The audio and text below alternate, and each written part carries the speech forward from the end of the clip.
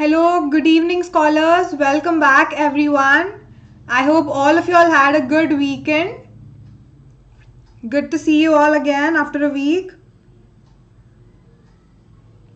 Hello, Shrestha. Good evening. Yes, so today we will be having a Menti quiz on chapter 3. So I think we will wait for a couple of minutes more so that we can start and let the others join as well.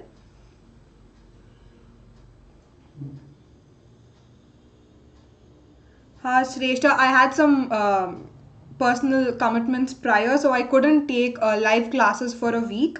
But here I am. I will be taking live classes from today, so don't worry about that.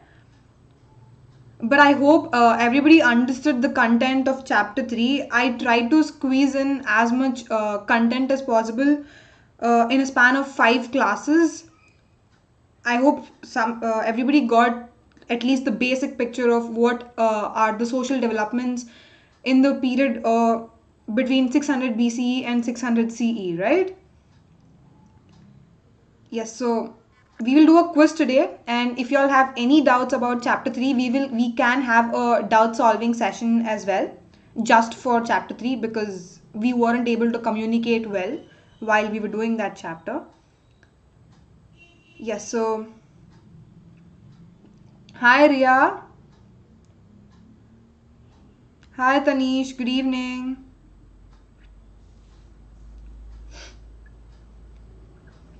Yeah, I think we can start.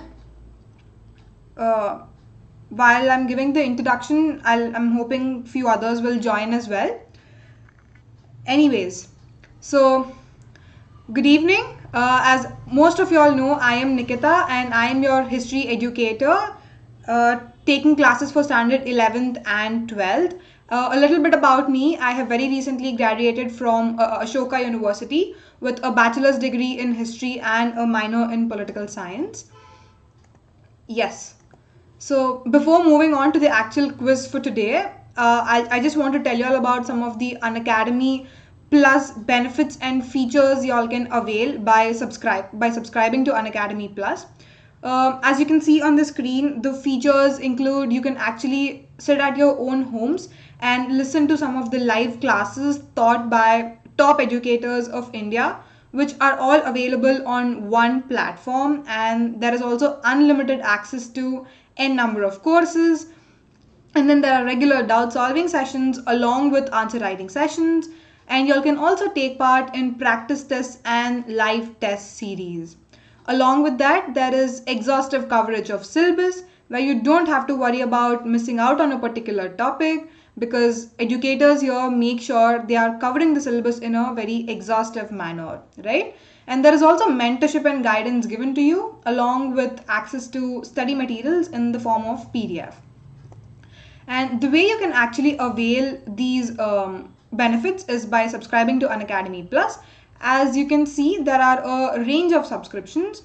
As of now, there are subscriptions for 6 months, 12 months, 15, 18, and 24 months. The concept goes as such, where you can actually subscribe for a longer period of time, which is a longer duration. It will be more beneficial to you all. Along with Unacademy Plus, Unacademy also has iconic subscriptions. Here, the features are even more better and greater. For example, you will have personal mentorship, right? Like there is one mentor given to y'all, and y'all can have one-on-one discussions with him or her. And there are also live doubt solving sessions along with weekly reports given to y'all, assessing your performance over the last week. There is also a direct parent connect along with study planners. In the same manner, just like Unacademy Plus, Unacademy Iconic also has the same range of subscriptions, namely 6 months, 12 months, 15, 18, and 24. Right? So that's all I had to say before the class starts. A couple of other people joined. Yes. So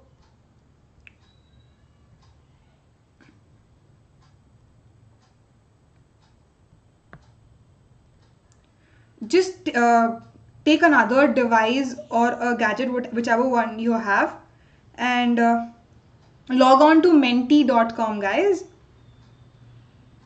Just open Google and type www.menti.com, and then it'll ask for a code.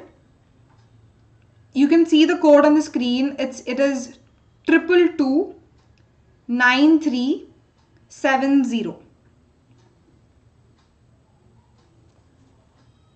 2229370.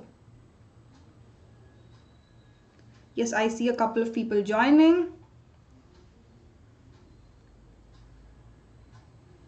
We will wait for 1 or 2 minutes for other people to join as well. Yes, Tanishk, we'll surely wait for a couple of minutes, but please do join quickly.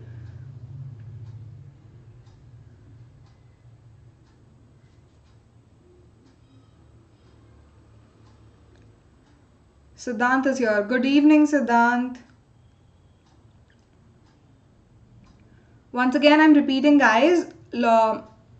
Search for menti.com on Google, and there is a toolbar asking to enter the code.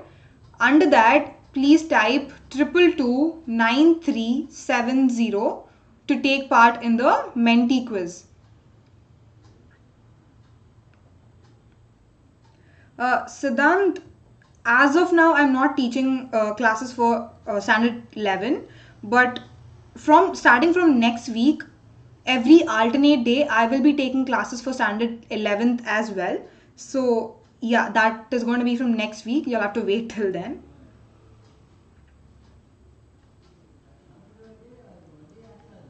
Yes. So it's 6:06. I think we can start. If other people want to join, they will continue from the question we are at that time. And if you are not able to log into Menti for some reason, y'all can just type your answers in the chat box here on YouTube Live. I will definitely look at all those answers. Yes. Tanishk, I hope you're ready. Yeah.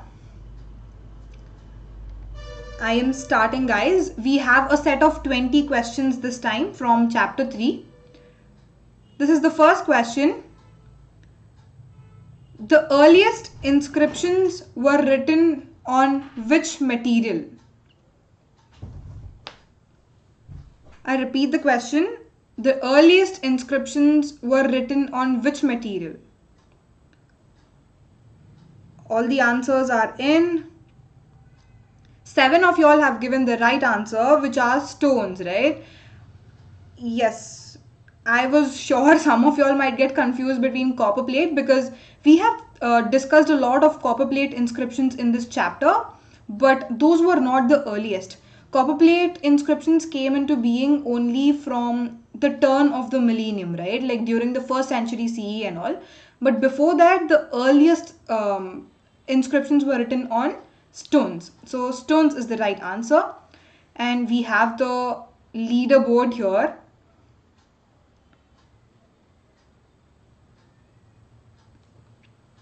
Yes. Keshvi was the fastest, and she's also the topping the leaderboard as of now. Good job, Keshvi. We will move on to question number 2.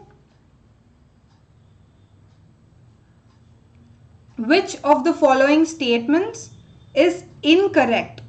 Read the question properly, guys. Which of the following statements is wrong in regards to Chandalas?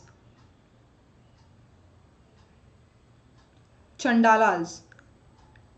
Duty as executioner and disposal of bodies of those with no relatives. They had to use discarded utensils. They had to live on the outskirts of the village. And they were supposed to wear ornaments made from shells. Okay, that is fantastic. Everyone is correct for this question, which is amazing. Good job, guys. And the reason why the fourth option is wrong is that they were supposed to wear ornaments made only from iron, right? So here the option says shells, but they only had permission to wear ornaments made of iron. So that is why the option is wrong. Yes, Tanishk, you're absolutely right. They had to wear ornaments made of iron. Yes, so we'll have a look at the leaderboard very quickly.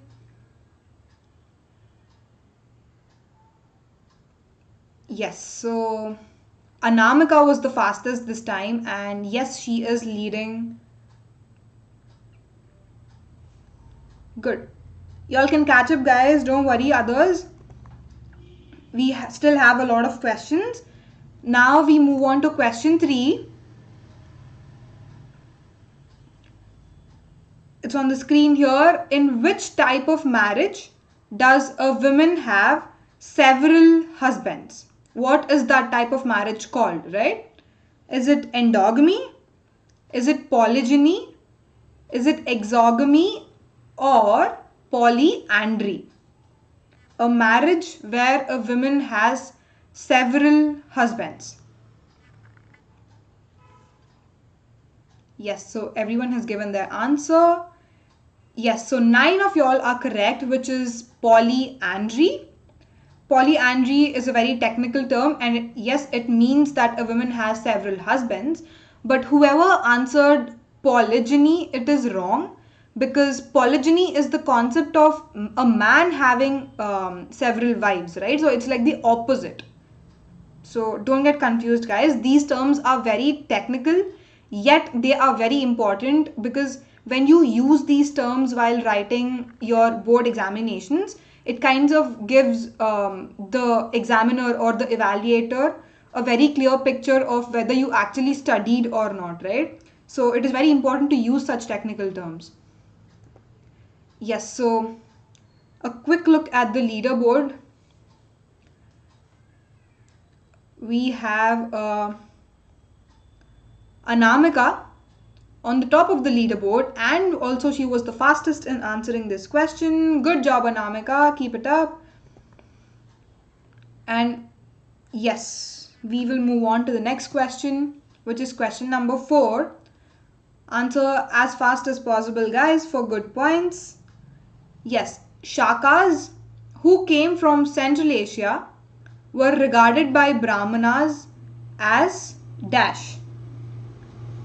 Were they referred to as dasas or untouchables or mlechas or Aryans, right? Okay, people were quick in answering this, which is mlechas. Absolutely right, all of y'all. Good job. So mlechas is a Sanskrit word, but it roughly translates to in English, it roughly translates to barbarians, right? So barbarians are nothing but uncivilized or uncultured people. So Brahmins actually call Shakas as mlechas. Sometimes mlechas is also used in the context as foreigners, but we really don't know in what context did Brahmanas use this term. So it can either be foreigners, it can either be uncivilized people or barbarians or anything. Yes. So a quick look at the leaderboard.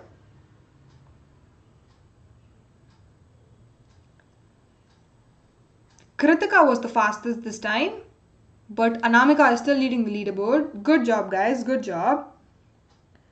Yeah, a question here in the chat box says Shakas were regarded as barbarians also. Yes, Tanishk, you're absolutely right. I just made that statement that Shakas were also regarded as barbarians. But again, mlechas as a term has several meanings in different contexts. One of it is foreigners, the other is barbarians, right? We have question number 5. Which of the following statements is correct according to Brahmanical traditions in regards to Gotra? Read the options very carefully. After marriage, women were expected to give up father's Gotra. married women were expected to adopt the gotra of their husband, members of the same gotra could not marry, and all of the above. Yes, the answer is all of the above. We have very explicitly talked about some of the conditions written in the Brahmanical texts in regards to Gotra, but we have also seen instances where these particular provisions were not followed by some of the people, especially some dynasties, right? When it comes to Shatavahana dynasty, we have seen how endogamy was practiced, and also the women after they got married, they still kept their father's gotra instead of taking their husband's gotra, right? So most of the times these policies were violated. So just on paper, according to the Brahmanical traditions, these were the rules, but we really don't know whether all of them were followed or not. Yes, that's not a problem. Yes, you can join right now and continue the quiz, or just keep texting your answers in the chat box itself. Not a problem. Yeah. So we will have a quick look at the leaderboard.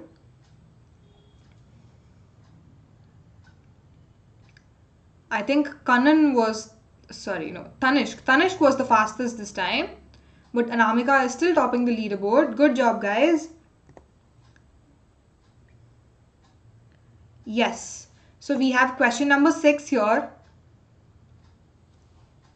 The original story of Mahabharata was composed by who?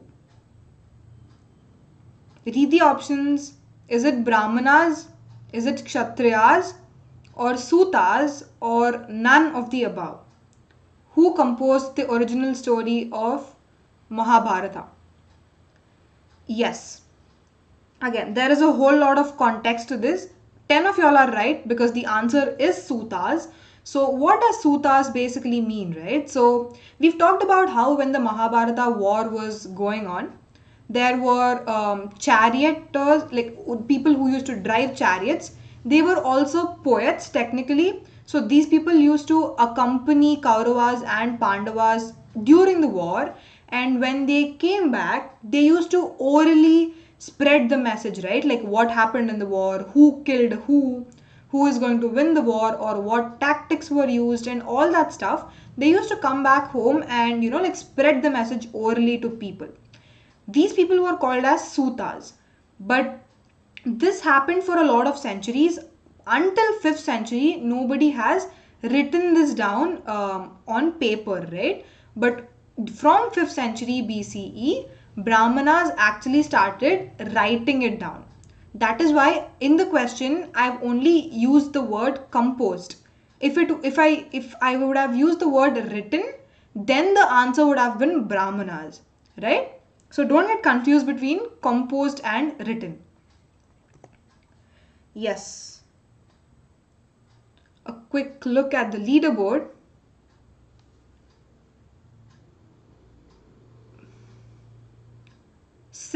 Okay, it's just Singh here. Singh was the fastest this time. And Kanan is leading the leaderboard. Good job, Kanan. Before we move on to the next question, there is a comment in the chat box saying, wasn't it composed by Sage Vyasa, right? So Tanishq, yes, you are right to a certain extent, because we have seen how there are almost 100,000 verses in Mahabharata, and the first 10,000 were written by anonymous people, majorly Brahmanas, but the later part of the verses, almost 90,000 verses, were written by Sage Vyasa, but a few centuries later, almost in the 4th, 5th centuries CE, right? So a part of the answer is Vyasa, but the original text was not written by Vyasa. So yes. Was Sage Vyasa a Brahmin, right? Yes, he was a Brahmin. But this happened much later than the original composition of the text. There were like centuries difference in between. So yeah, I hope the point is clear, Tanishq. Yeah, so moving on to the 7th question. What was the objective of the team of V.S. Suktankar? We have talked about this in class 1 of while you were dealing with chapter 3. Read the options carefully. Objective of the team of V.S. Suktankar. Yes, so all of y'all are correct. Good job, guys. It is preparing a critical edition of Mahabharata, right? Like there are so many verses, so many versions of Mahabharata from different parts of the Indian subcontinent. They were all gathered together, and it took 47 long years for V.S. Suktankar and his team to come up with a critical edition of Mahabharata, right? Like 47 years is a really long time, right? Yes, so we will quickly have a look at the leaderboard.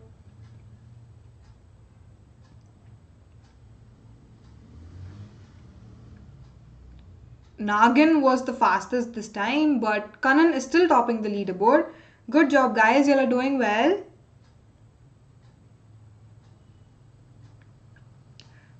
Tanishq, okay, to answer your question, if you go back and look at the slide which has the question, I specifically wrote who originally composed it. Originally, what does it originally mean, right? Like who was the first person to do it? Or like who initiated the process of composing this Mahabharata. So that is why I asked you all to read the question properly. Every word of the question is important, guys. I specifically mentioned the word originally, right? So yeah.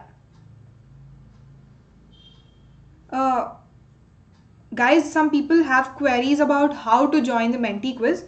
I've told y'all earlier, just log on to go to Google and type www.menti.com, and then there's a toolbox there where you have to enter the code 2229370. You can see the code on the screen, and yes, you all can take part in the quiz. I hope that is clear. Whoever had queries about how to log on to Menti quiz, guys. Yes. We have question number 8. Which dynasty followed metronymics? Again, metronymics is a technical word. We have seen what metronymics is. Which dynasty rulers followed the concept of metronymics? Is it Shakas? Is it Shatavahanas? Is it Guptas or Vakhatakas? Metronymics. Time is almost up and we have the answers here, where most of y'all, 12 of y'all, have answered it correctly, which is Shatavahanas. We've seen, right, like their names had the rulers' names had mothers' names as the prefix. So metronymics is nothing but taking your mother's name and attaching it to your name, right? Like most of the Shatavahana rulers, in fact, all of them had their mother's name attached to their own name, right? So that is metronymics. That was relatively supposed to be a easy question, guys. Yes, so we also have the leaderboard in front of us, where Kannan is leading the leaderboard. Good job, Kannan. And Nagin was the fastest this time. Amazing. Yes. We have question number 9 in front of us, which is who excavated the village named Hastinapura? Is it DC Sarkar? Is it BB Lal? Is it BK Thapar? Or none of the above? All these people are archaeologists, but who was responsible for excavating Hastinapura, right? Okay, that is fantastic. Everybody is almost correct this time, which is BB Lal, right? So in the textbook we have it as BB Lal, but his original name translates to Braj Basu Lal, like B-R-A-J Braj, B-A-S-U Basu, right? So his name is Braj Basu Lal. And we've seen how the excavation at Hastinapura happened. He had his own doubts whether it was the actual Hastinapura or not. And through some evidence, he kind of came to a conclusion that yes, it was the same Hastinapura where Pandavas and Kauravas lived back in those times, right? The other two people are also archaeologists, which you will come across in the next following chapters. Yes. We have the leaderboard where I think Kanan is still topping the board and Kritika was the fastest this time. Good job, guys. Yes, so moving on to the next question, question number 10. Read the question properly. Which ruler of Shatavahana dynasty claimed to be both a unique Brahmana and destroyer of the pride of Kshatriyas?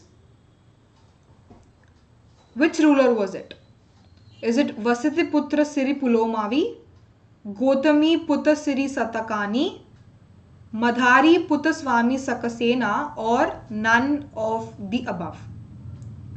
Yes, so 11 of y'all got it right, which is Gotami Puta Siri Satakani, right? Like he claimed himself that he was a unique Brahmana, yet he did not like the pride of Kshatriyas.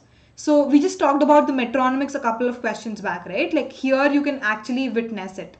All these names like Vasiti, Gotami, Madhari, all these are the names of the rulers' mothers, right? They adopted the mother's names and put it as a prefix. Yes. We also have the leaderboard here.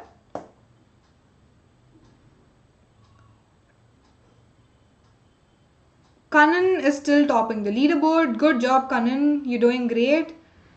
And Nagin was the fastest this time. Good job. We almost finished half of the questions. Yes. Time for question number 11. Which of these is the most important Dharma Shastra? This is a very easy question. I'm hoping everybody will get it right. Is it Manusmriti? Is it Mahabharata? Is it Rig Veda or none of the above? Okay, so only half of y'all have got this right, which is Manusmriti, guys. I have kept focusing in class how Manusmriti is one of the important Dharma Shastras. It's not, most of the students get confused between Rig Veda, but Rig Veda comes under the set of 4 Vedas, and Rig Veda was composed many centuries prior, even before the actual invention of Dharma Shastras and Dharma Sutras, right? So it's very important to remember that Mahabharata was an epic, Rig Veda is a part of the 4 Vedas, and Manusmriti is a Dharma Shastra text. You'll not just remembering the names of the books, but you'll also have to understand which category it belongs to, right? So Manusmriti is the right answer here. And we have the leaderboard where Kritika is topping, I guess. Yes, so Kritika is topping the leaderboard this time and she was also the quickest. Good job, Kritika.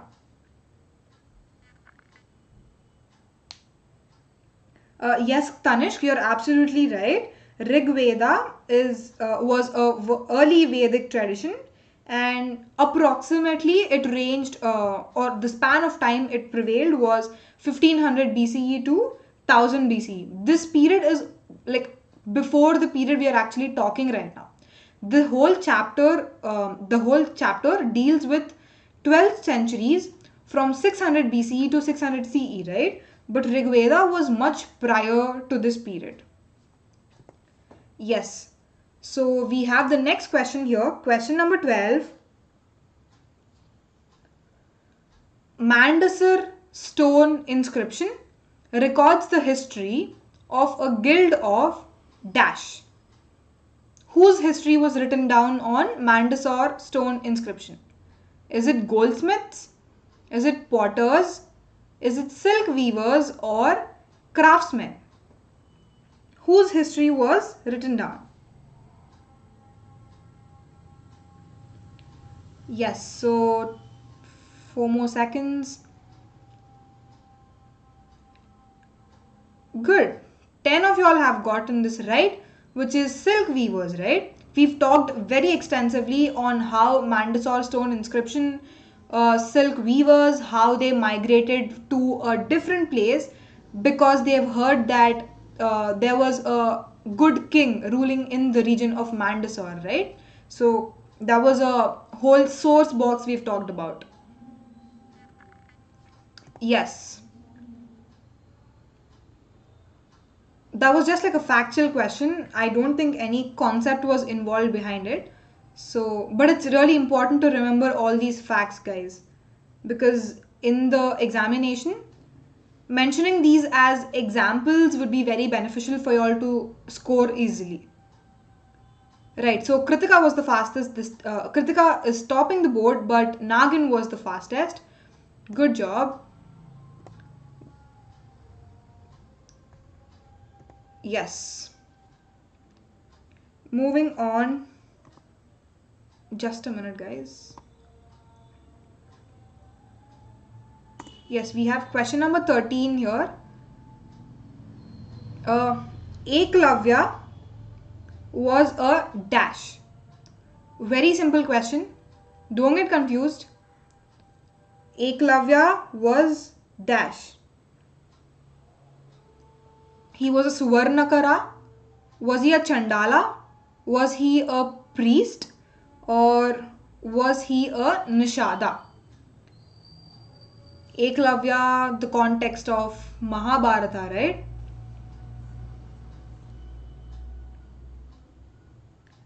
Yes, time is up.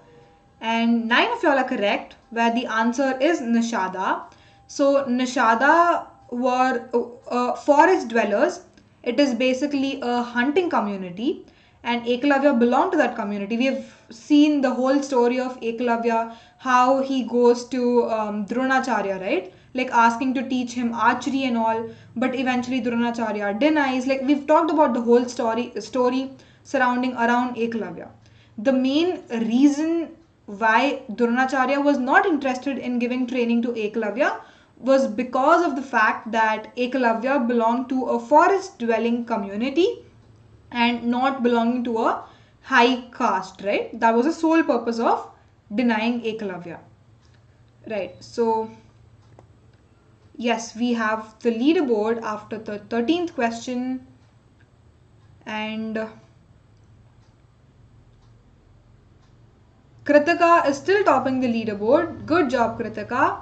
Kanan was the fastest this time. Yes.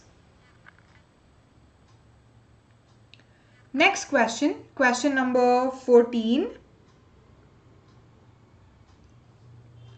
Families are usually parts of larger networks of people defined as relatives, right? So, what is the technical name for relatives? It's very explicitly mentioned in your textbook. What are relatives called, right? Is it patrilineal? Is it polygamy? Is it kinfolk or marriage?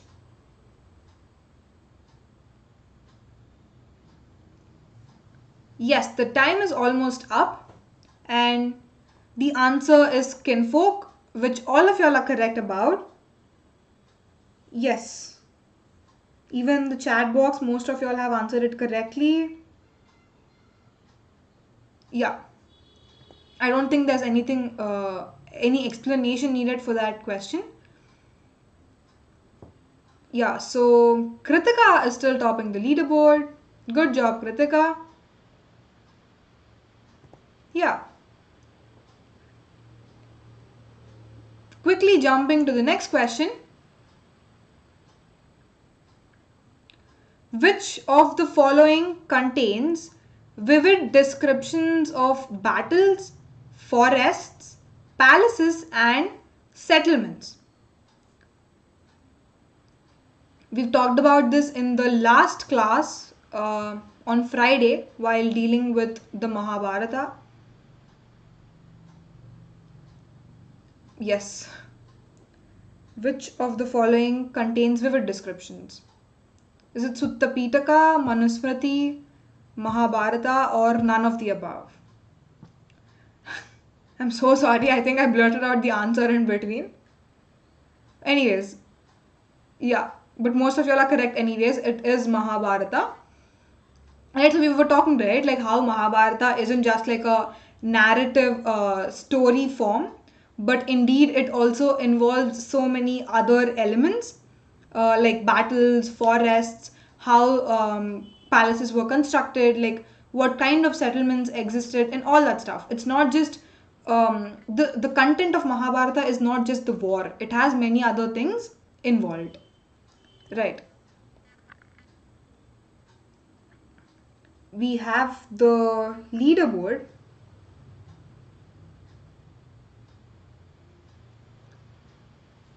Kritika is topping it. Good job, Kritika. And VB17 was the fastest. Please put in your names, guys, so that I will know who's participating. Anyways, so we have question number 16 on the screen. Panini's Ashtadhyayi is a work on dash. What does Panini's Ashtadhyayi deal with? Panini was an author. Ashtadhyayi was a book he has written. What did he write on, right? Okay, so only 3 of y'all have got this right, which is Sanskrit grammar, right? So Panini belonged to the 4th century BCE. He was a very famous Sanskrit grammar intellectual, right? So he even wrote a book on Sanskrit grammar which is called Ashtadhyayi. I don't really think this is there very explicitly in your textbook, but I have mentioned this in one of the classes, and that is why I put this question down. Yes.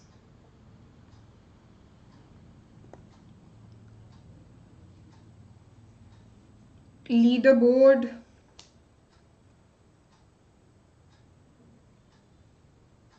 Yeah, so Yash was the fastest out of the 3 people who answered this correctly, and Kritika is still topping the board. Good job, Kritika. Yeah.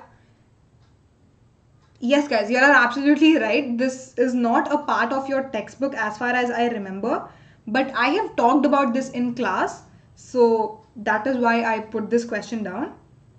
That's okay. You all just learned something important, another good point, which is okay. Yes, so question number 17. Mahabharata was composed in which period? The dates might be a little bit confusing, but we have talked about this a lot of times in class. That is why I have given this question. Look at the dates properly and also the suffix, right? Is it BCE or CE? The composition of Mahabharata. Which period?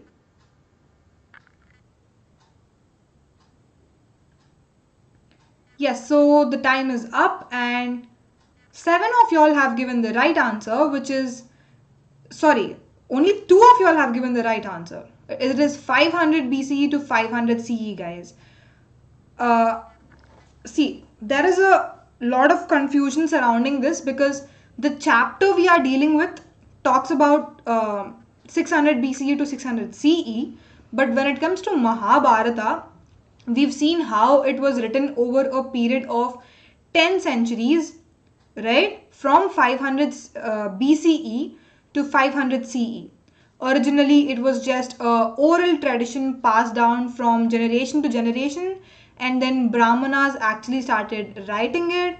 They almost finished 10,000 verses, and in the 4th century CE, Vyasa compiled the remaining 90,000 change verses, right? So it was written over a period of 10 centuries, like a huge text. Yes. Only 2 of you all have got this right. If you look at the leaderboard, Hamba was the fastest, but Kritika is still topping the leaderboard. Good job, Kritika.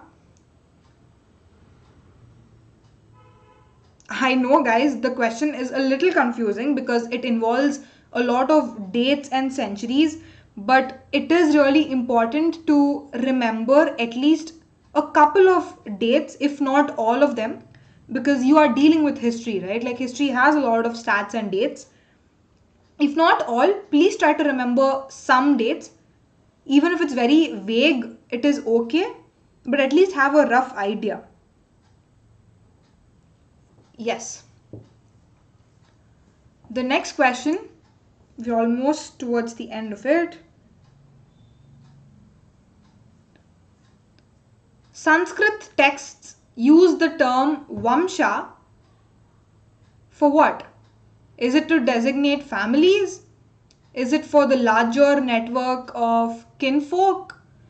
Is it used for lineage? Or is it used to refer to the duties of the king?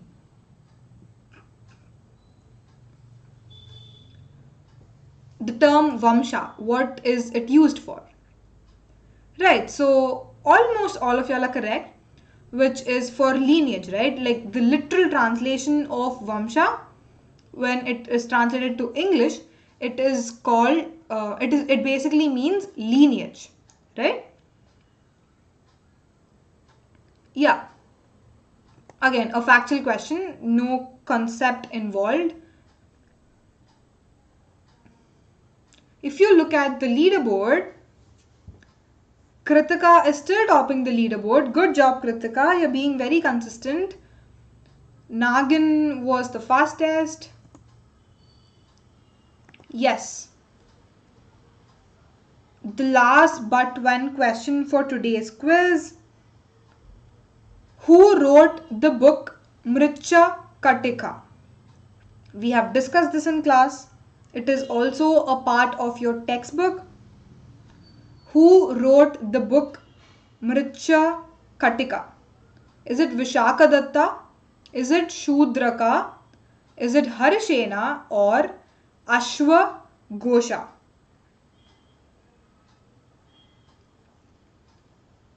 Yes, so the answer is Shudraka, which 6 of y'all are right about. Yeah. So here, explicitly we didn't talk about this, like the content of Mricha Katika and all. But when we were talking about this, I've told you all how the protagonist of the book, right, his name was Charu Datta. Even though he was a Brahmana, he was involved in the trading business. As in, like, he was a merchant, but he was a Brahmana. So, in the context where we were talking about people did not follow the fourfold Varna structure, like, even though they were Brahmanas, sometimes they were involved in trading activity, or sometimes they were kings.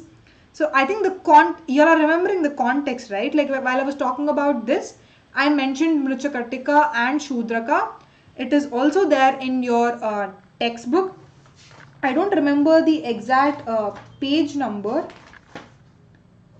but it is somewhere around 66, 67 pages in your textbook. Tanishq, please refer to around 60 to 67 pages. It is there. If you all want the exact number, please just go refer there, Tanishq. Yes. Having a quick look at the leaderboard. Kritika is still topping the leaderboard. Good job, Kritika. Nagin was the fastest. Yes, so yeah, Kesh, we made your life easier. It is in page number 64, guys. Yes, in page number 64, on the left side, there is a box titled The Case of the Merchants. Under that, you will have the content of Mricha and how it was authored by Shudraka and what is the content of it, right? So, yeah, page 64 it is. We have the last question for today, which is question number 20. Which of the following statements regarding polyandry is incorrect?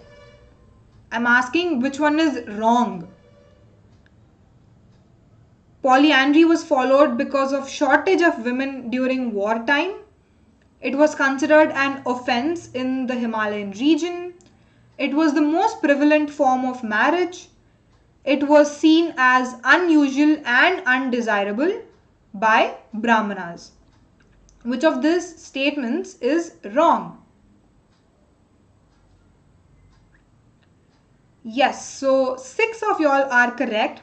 The answer is considered an offense in the Himalayan region, right? So we've talked about what polyandry is, the concept of polyandry, the provisions of polyandry. We have seen, like some texts tell us that it is the most prevalent form of marriage. Also, we know how it was not liked by Brahmanas much, like they thought it was unnecessary or undesirable.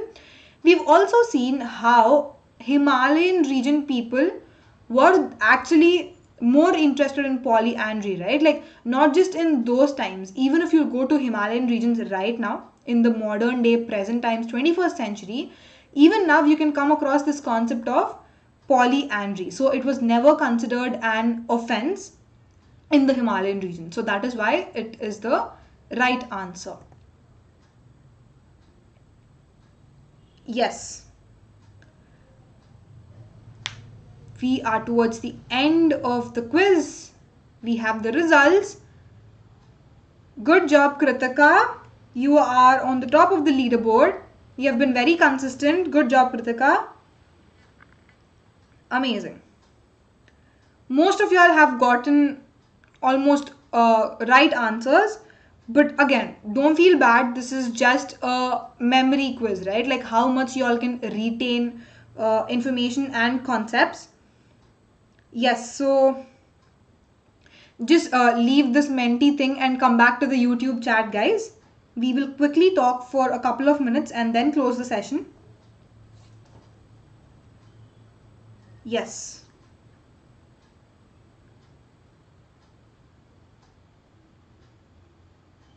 Yeah. So, how was the question paper, guys? Y'all kept on asking me to give a tough question here. Was it okayish or was it easy? Do y'all want me to improve it next time? What's the scene? Quickly comment in the chat box.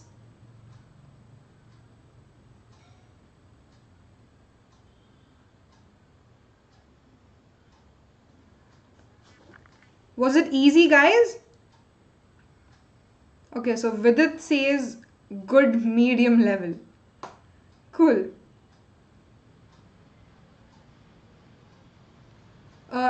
Tanishk is asking, in the timeline, many new things are given which are not in the book, so we have to study that.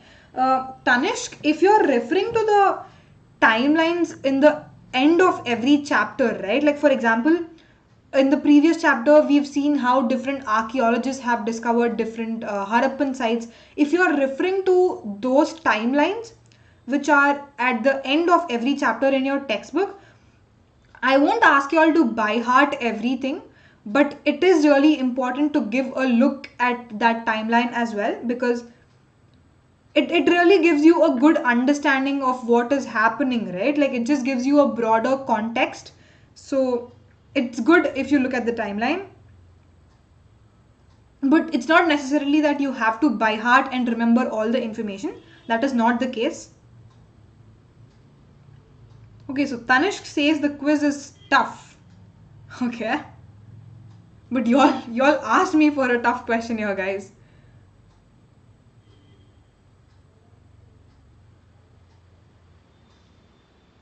Yeah, so yeah. So this is it we have for today's class.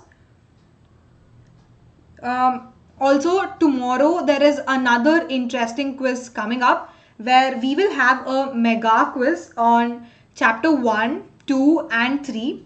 Last week I promised you all how we will be having a combined quiz on the chapters which we have done.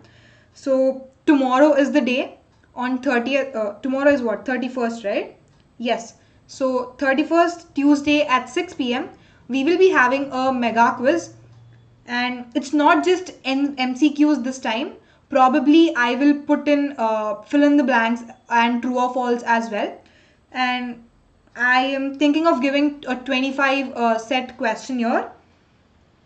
I hope everybody is excited. Okay, so Tanishk is saying we make it more tough. Okay. Yes, I can do that. I can put in another 2-3 tough questions. That is not a problem. Okay, so Yanika, if you're asking about the quiz, the mega quiz is going to be on chapter 1, 2, and 3 combined. So I know the syllabus is vast, but we've already talked about chapters 1, 2, and 3, and we've already had a quiz on all those chapters. So I don't really think it's going to be difficult for you guys. It's going to be doable. So don't worry about the questions of the quiz. You all can do it. No, Tanishk, it is again going to be a mentee quiz. It is not a YouTube quiz.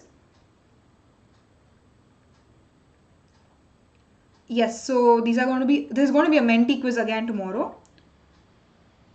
Cool. Yes, Tanishk, if I can do that, I will definitely add in those questions as well. I will try to squeeze in one or two assertion reason questions. So yes. Sreshta, if your question is regarding the timing of the quiz tomorrow, it is at 6 p.m. The normal class timings we have every day. So, okay. Any other suggestions you all have for tomorrow's quiz? I can incorporate that. If you all have any, just put them down in the chat box. So I will have a look at them very quickly.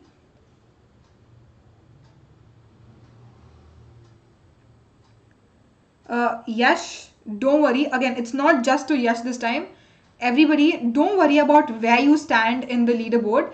It's just that it is one of the motivating factors for you guys, so that you all will be quick enough in answering the questions. This is in no way to demean or degrade other people. It's just that one motivating factor. Don't worry about it. As long as you all are assessing what content you all have and where you all stand, right? So it is just like a self-assessment. So don't worry about it, Yash. Everything's gonna be good. Yes, Sanya, the quiz is over for today. Yeah, so I will see you tomorrow, guys. If you all have any suggestions for tomorrow's quiz, please put them down in the chat box or in the comment section below, so that I will read them and incorporate whatever elements you all feel are important or necessary. I will do that, and I will see you all tomorrow in the class at 6 p.m. for the mega quiz. I am really excited for it. I hope you guys are too. But before going, yes. So initially I've told you all the Unacademy Plus and Iconic subscriptions, and if you all are interested in subscribing to any of them, you can use my code TUM10 and avail a 10% off straight away. And if you all like the content of this video, and if you all want more of such videos, please do like the video and also share it as much as possible. Also subscribe to our channel Unacademy. Thank you so much, guys, for tuning in today. I hope everybody took something out of this quiz, learned something new, right? So tomorrow we will be having a mega quiz. I hope to see you all tomorrow at 6 p.m. in the evening. Till then, have a good evening, everyone. Thank you so much for tuning in. Thank you. Bye. Bye, Sreshta. Bye, Aradhya. Yes, have a good evening, guys.